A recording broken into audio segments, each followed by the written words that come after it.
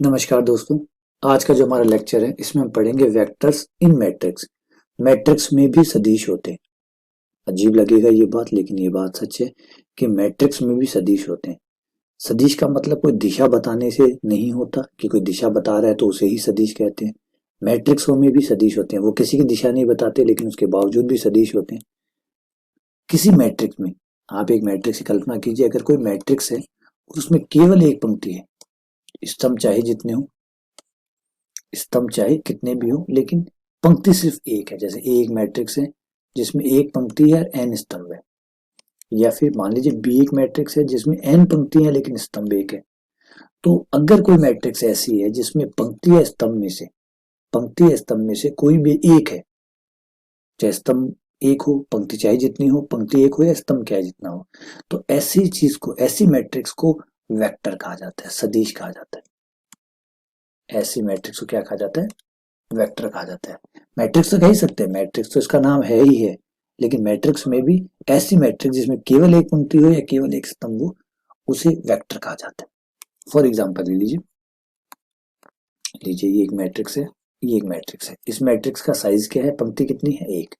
स्तंभ कितने हैं? चार। एक, दो, तीन, चार। लेकिन पंक्ति एक है ना, एक पंक्ति होने की वजह से इसे क्या कह सकते हैं? वेक्टर कह सकते हैं, कि सदिश कह सकते हैं कि ये एक सदिश है। ऐसे ही अगर किसी मैट्रिक्स में पंक्तियां चाहे जहां बहुत सारी हो लेकिन स्तंभ एक ही हो, अब ये देखिए, जैसे इस मैट्रिक्स को देखिए, इस मैट्रिक्स में चार पंक्तियां बेटा लेकिन स्तंभ एक है, तो इसे क्या कहते हैं? तो अगर किसी मैट्रिक्स में एक पंक्ति है या फिर एक स्तंभ है तो ऐसी मैट्रिक्स वेक्टर कहलाती है, सदिश कहलाती है।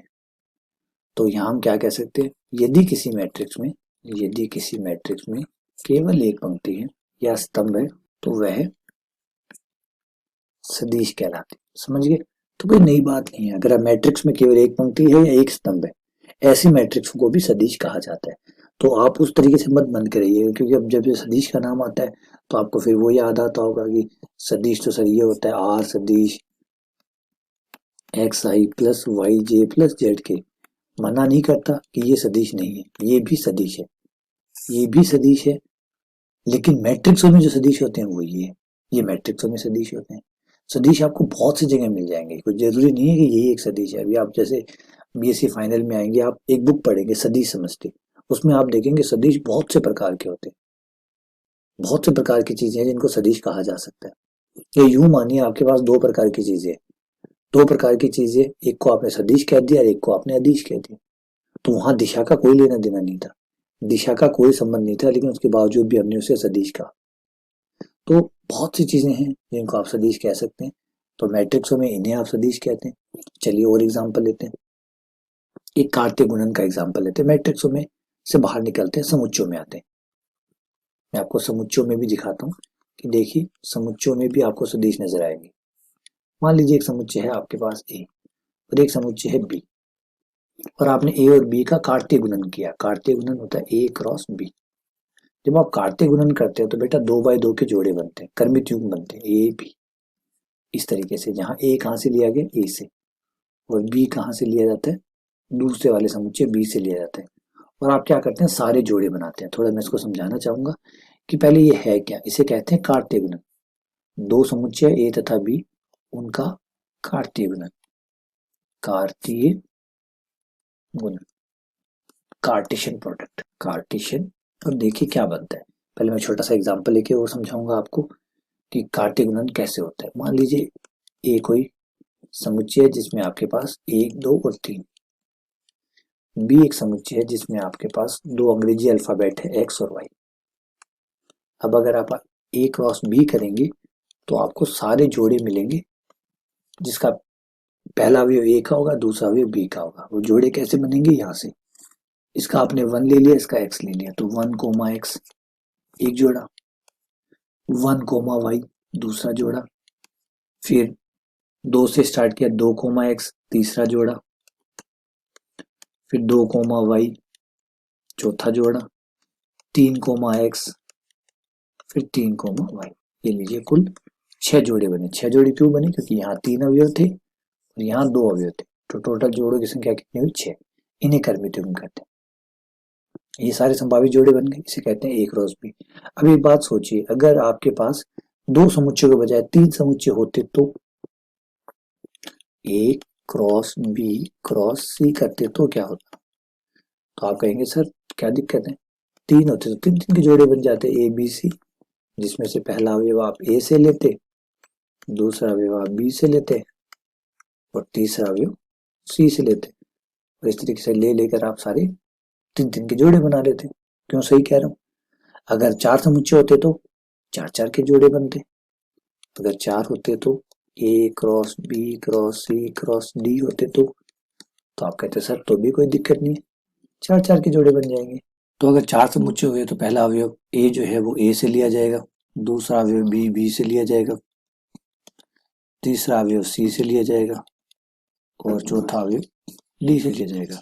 तो अब आप समझ सकते हैं, यही बात को आप आगे चलाते रहिए, 4 के लिए, 5 के लिए, 6 के लिए, डैश डैश डैश बहुत से के लिए चल सकती है ना। तो यहाँ 2 के जोड़े बने, फिर हमने 3 के जोड़े बनाए, फिर हमने 4 के जोड़े बनाए, फिर हमने इसी प्रकार हम 5 के, 6 के, 7 के डैश डैश एन के भी जोड़े बना सकते हैं, x1 x2 x3 dash dash xn। जहाँ x1 जो है वो पहले समुच्चय से लिया जाएगा, जो भी पहला समुच्चय, सपोज करो वो a1 है, दूसरा समुच्चय a2 है, तीसरा समुच्चय a3 है एंड डैश डैश लास्ट वाला समुच्चय a है। सही है, तो ये इसे n ट्यूपल कहते हैं, क्योंकि n हो गए ना, n ट्यूपल। तो इस प्रकार से आपके जोड़े बन सकते हैं, 2 के बन सकते हैं, 2 समुच्चय ले रहे हो तो 2 के जोड़े बनेंगे, कर्मित्युग्म बोलते हैं इसको। फिर 3 के, फिर 4 के, फिर डैश डैश आप n के भी बना सकते हैं। अच्छा, अब है कि ये जो जोड़े हैं ये जुड़ते कैसे हैं? तो थोड़ा सा जुड़ने वाला और समझाता हूँ कि एक जोड़े से दूसरा जोड़ा कैसे जुड़ता है। मान लीजिए आपके पास एक जोड़ा है x1 x2 डैश xn और इससे आप दूसरा जोड़ा y1 y2 डैश y1। अगर दोनों को जोड़ते हैं तो पहले ट्यूपल से पहला ट्यूपल जुड़ेगा x1 प्लस y1, फर्स्ट से फर्स्ट, सेकंड से सेकंड, थर्ड से थर्ड, फोर्थ से फोर्थ और n से n, इस प्रकार से जुड़ते हैं। और एक बात और बता देता हूँ, आप इसे भी नॉर्मल, इसे भी आप सदिश कह सकते हैं। 2 के जोड़े ये भी सदिश है, इन्हें भी आप सदिश कह सकते हैं। तो इसे कह सकते हैं सदिशों का योग, सदिशों का योग। ठीक है, इस तरीके से पहले से पहला जुड़ जाएगा, दूसरे से दूसरा, तीसरे से तीसरा डैश डैश जुड़ जाएंगे। फिर गुणन कैसे होगा? गुणा, एक सदिश से दूसरा सदिश जो गुणा है, गुणा की बात हम इस तरीके से करेंगे कि एक ले लिया ए को हम किसी सदिश से गुणा करें, इसे गुणा को कहते हैं अदिश गुणन। अदिश गुणन कहते हैं ए कोई संख्या है जिस संख्या से हम ट्यूपल को गुणा कर रहे हैं। n ट्यूपल है मतलब एक सदिश है जिसको गुणा कर रहे हैं, तो ये जो a है ये सबसे गुणा हो जाएगा, ax1 ax2 dash dash axn। ठीक है, तो 2 सदिश जुड़ते कैसे हैं? इस तरीके से, पहला सदिश प्लस दूसरा सदिश। एक सदिश अदिश गुणा कैसे होते हैं? अदिश गुणा का मतलब होता है सदिश को अदिश से गुणा करना, ये अदिश कहलाता है। तो इससे गुणा करना कैसे होगा? इस तरीके से। तो ये गुणा और ये योग, ये हमारे क्या काम आएंगे, कैसे काम आएंगे, ये आगे हम 3 टॉपिक पढ़ेंगे जिसमें हमारे काम आएंगे, जिसमें से एक का नाम है LC, LD और LE। सबसे पहले LC का मतलब होता है लीनियर कॉम्बिनेशन, लीनियर कॉम्बिनेशन जिसे कहते हैं रेखिक संचय, रेखिक संचय।